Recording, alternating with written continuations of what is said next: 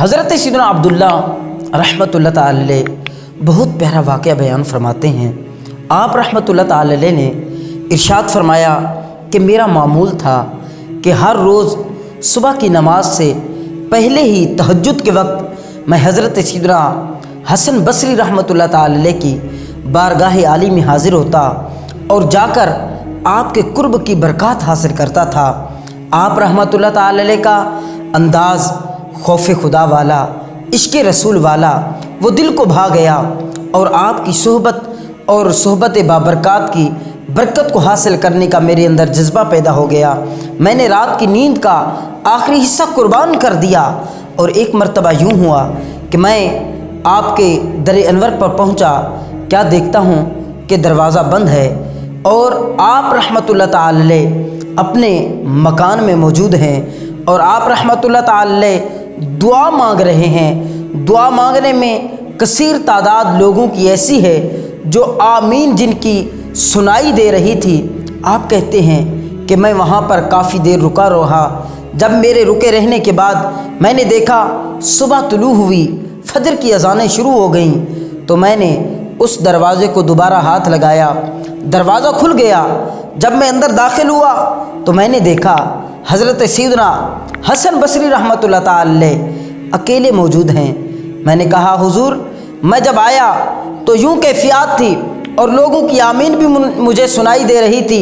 میں اتنی دیر رکا رہا یہاں تک کہ فجر کی اذانیں شروع ہو گئیں۔ تو آپ رحمۃ اللہ تعالی علیہ نے بتایا کہ بیٹا یہ بات کسی کو بتانی نہیں ہے، کیونکہ میرے پاس جنات آتے ہیں، میں نے ان میں تقریر کا ایک دن مقرر کیا ہے، وہ دن جمعرات کا ہے، یعنی جمعہ اور جمعرات کی رات جو آتی ہے، یہ درمیانی شب، یہ میں نے انہی کے لیے مختص کی ہے۔ جنات سارے آتے ہیں اور میری تقریر اور میرے واعظ کو سنتے ہیں اور مجھ سے وہ برکات حاصل کرتے ہیں۔ تو پتہ چلا کہ اللہ تبارک و تعالیٰ کے ولی جو ہیں ان کا واعظ سننے کے لیے یہ صرف انسان ہی نہیں بلکہ اللہ جس مخلوق کو چاہے ان کے تابع کر دیتا ہے۔ جب یہ جنات ان کی برکات کو حاصل کرتے ہیں تو پھر وہ کون سا ایسا بدبخت ہو سکتا ہے جو داتا علی حجویری کے بارے میں بک بک کرے، معین الدین چشتی اجمیری رحمۃ اللہ تعالی کی شان میں ایسے جملے بولے جو نازیبا جملے ہیں۔ تو ایسے لوگوں کو ہم بتانا چاہتے ہیں جو کہتے ہیں ہمیں بابوں والا دین نہیں چاہیے۔ ہاں، اگر ہمیں کوئی ملا ہے، جو کچھ بھی ملا ہے ان بابوں کا صدقہ ملا ہے۔ یہ وہ بابے ہیں جب کسی پر اپنی نگاہ ولایت ڈالتے ہیں تو 90 لاکھ لوگ ایک دم میں کلمہ پڑھ لیتے ہیں۔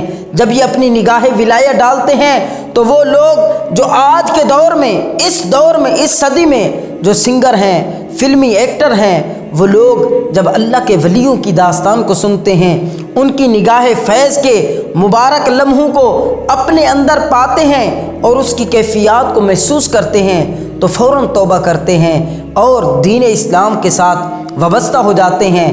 آج کے اس پرفتن دور میں سیدی و مرشدی امیر اہل سنت حضرت علامہ مولانا ابو بلال محمد الیاس عطار قادری رضوی ضیائی دامت برکاتہم العالیہ نے اس پرفتن دور میں اس انداز میں نیکی کی دعوت کو پیش کیا جو ہمارے بزرگان دین، ہمارے اسلاف کا طریقہ تھا۔ تو آپ کے دست انور پر کئی غیر مسلموں نے اسلام قبول کیا۔ آپ دامت برکاتہم العالیہ کے کرم سے ہم نے دیکھا کہ کئی ایسے نوجوان جو دین سے دور تھے آج وہ دین اسلام کی دعوت کو عام کرنے والے بن گئے۔ اللہ تبارک و تعالی سیدی امیر اہل سنت اور تمام علماء اہل سنت کا سایہ ہم پر دراز فرمائے۔